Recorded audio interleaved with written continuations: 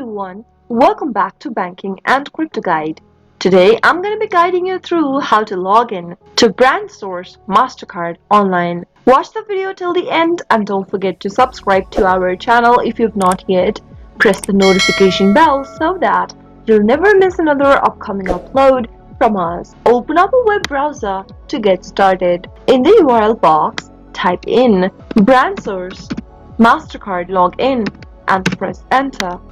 From the search results displayed on the next page, click on this first link that says BrandSource Credit Card login or apply. Soon after you do that, you'll end up in this page where you can easily get access to your Mastercard account. BrandSource Mastercard is a credit card that can be used at affiliated locations.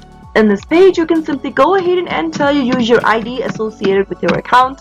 If you'd like the system to remember your user ID, check this little box beneath, but you can leave it unchecked if you don't want to do that, and on the next field, type in your correct password. If you don't remember your user ID or your password, you can click on this Retrieve User ID link or the Reset Password link and follow through the instructions to look for your credentials. If you'd like to register a new Mastercard, click on Register Your Card and follow through the prompt. After filling in your user ID and password, click Sign On to get access to your BrandSource Mastercard online.